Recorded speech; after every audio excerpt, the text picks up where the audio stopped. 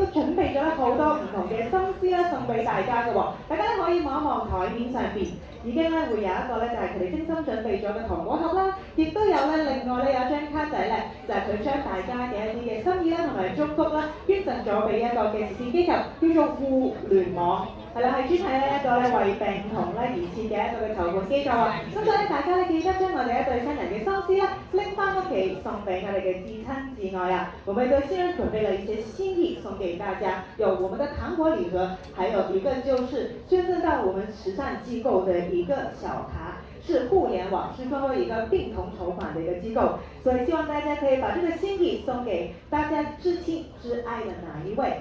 咁跟住落嚟咧，我哋一對新人咧亦都準備咗第二份心意嘅噃，咁跟住咧就會係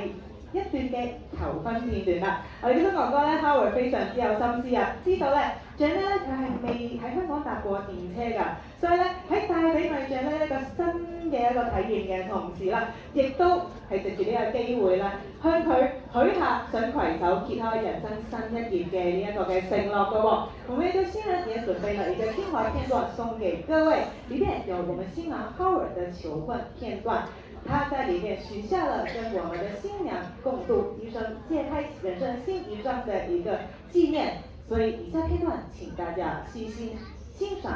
入邊嘅咧，請大家可以細心欣賞睇下我哋嘅新郎哥咧，佢求婚嘅片段咧會係點樣啦。